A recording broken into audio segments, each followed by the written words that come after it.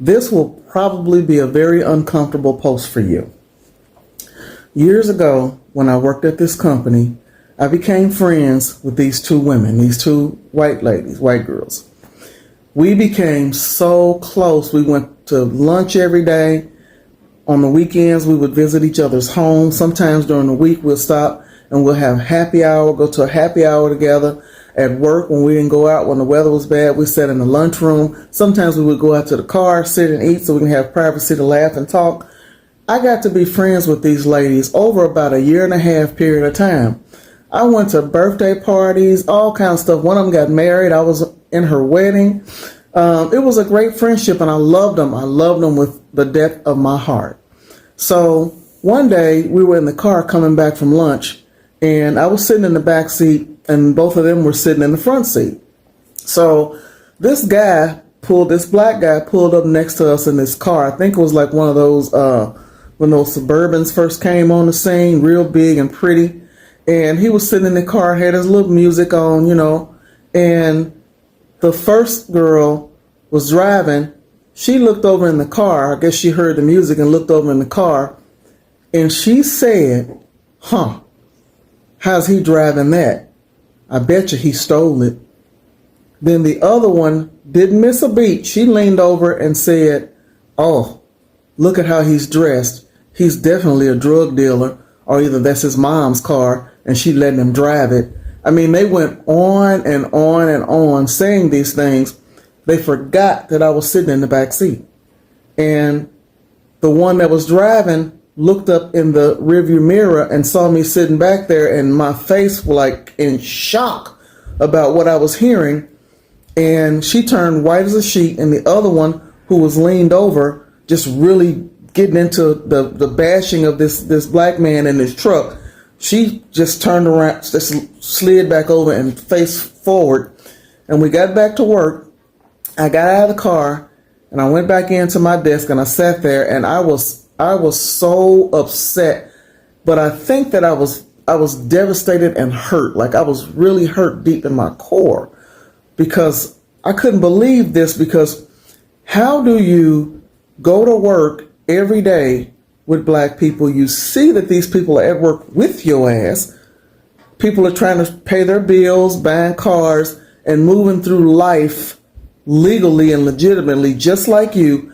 How do you go through like being friends with me, seeing that I work hard just like you, to have been to my house, see that I'm trying to save money to buy things and live life just like you? How do you be in somebody's space like that, where you see how things really are, and then you see this man in this truck who was probably on his lunch break too? He was dressed very professionally.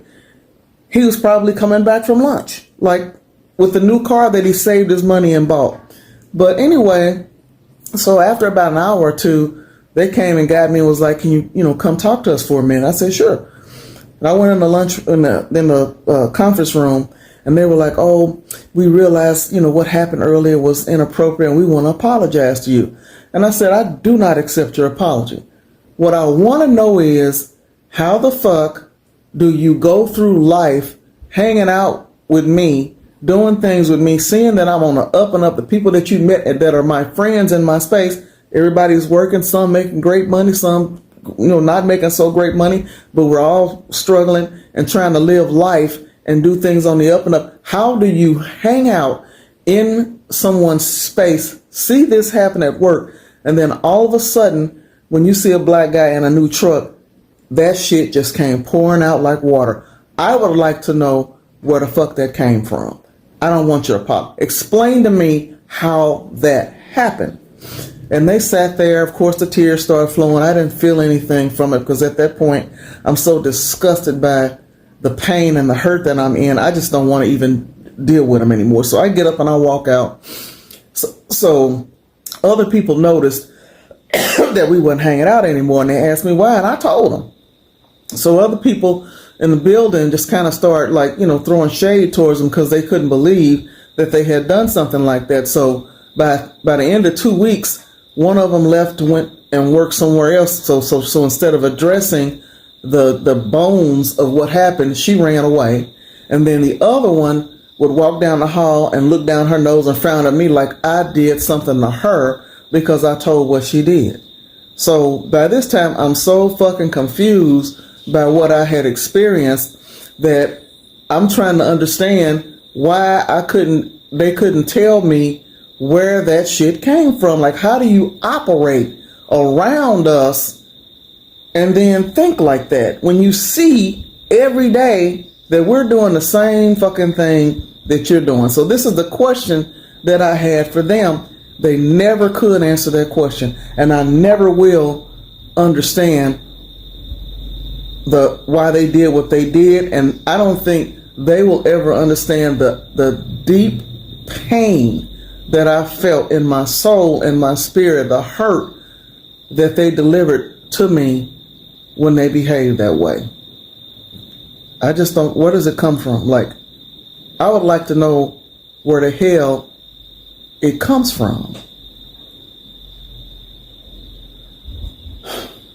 Okay, I want to give a reaction to this video of the young lady speaking about her experience with her co-workers. She's black and she had two white co-workers. They were really good friends, always go out to eat and things of that nature. But things turned for the wrong when she saw how they truly felt. And I wanted to talk about that, but I want to talk about it after I mention what she says, but I want to talk about it in my way, in a whole nother light as well, a whole nother different way as well. What she said is how a black guy comes up in a car or a truck and, they gave their views and opinions and went all in. And, she's normal. She had feelings. And so you heard what she said, right? And so what I call is jealousy, how is he driving that? And I bet you I think she said sell drugs, or how did he get that, or stole it, or whatever, not realizing you work with black folks all day doing the same jobs as you do, making the same money as you do.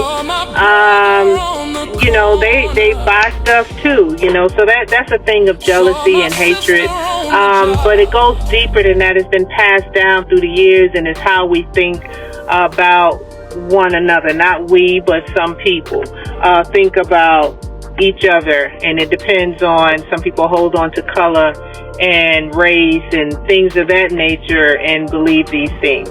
This is why it should be, a lot of people say stop talking about race. No, it should be talked about, because things like this really happen in the workplace. You see people come in the same color as you, but you see and can tell how people respond to their own color differently than a different color or race that you may be. And so stuff like that does hurt, but we keep silent, we don't say anything, it just goes unsaid anything about, or you develop attitudes and either you silently stay away from those people, or definitely just most times 9.10 times out of 10 whatever, you don't say anything, right? It's just something that happens. Because even also your own, say for example, if it's a black person and the white person is doing that and saying those type of things towards the black person, your own black people do the same thing. And then they talk about, they skin color is blackity this and blackity that, but they're the ones that's picking up those same habits from the white person and treating black people the same, and acting and turning their nose up towards black people that come in homeless, on drugs, or any type of addictions, and trying to get help. And they'll say, well, they're not like me, so they have choices, and fuck them, that's it, whatever. So it's with this, I wanted to talk about it on a level of calling the kettle black. You know, it's, you know, we can say these things about one person or one group of people that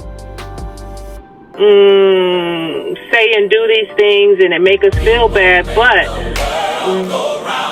on the flip side of it, what are we doing? Like, are we calling the kettle black and not doing the same thing within our own race, you know, with the colorism and, you know, things of that nature. So that's how I wanted to talk about it. It's like, you know, we're doing the same thing if we really think about it.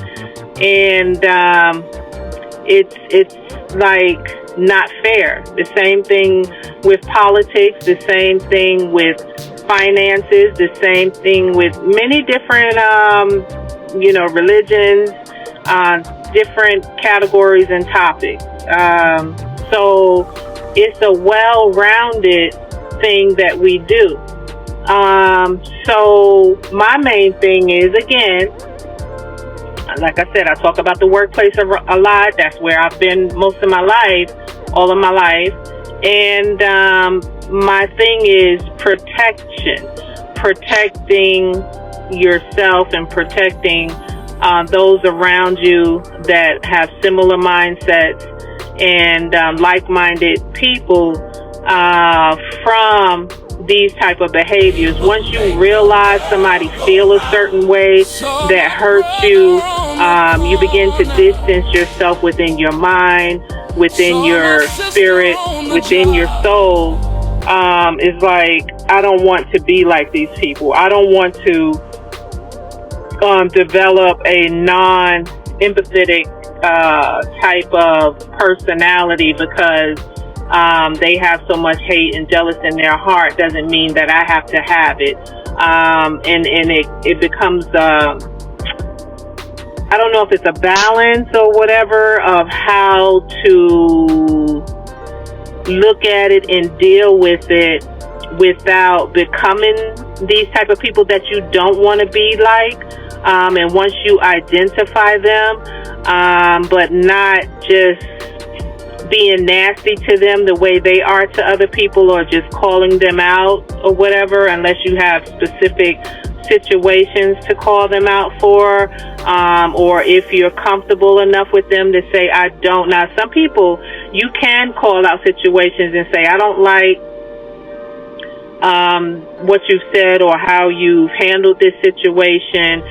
It made me feel very uncomfortable, but you always do it in private with that person, not exposing them to other people. And even if somebody else noticed it and they talk to you about it, you know, don't get into a gossiping type deal. Anything you say to that person, you can speak to the individual of concern directly what you say to someone else, you know, but don't get into, like, I try not to get into a gossiping type deal just because they did something that hurt me, and I saw that they were hurting the other person that didn't look like them, walk like them, talk like them, act like them, think like them, you know. So that's just what I wanted to bring out about it. Like, it's not just on one level, it's on many levels, but it definitely happens in the workplace. And it you know, and then some people say, oh, you're holding on to grudges, or you're holding on to things from the past by not wanting to deal with me.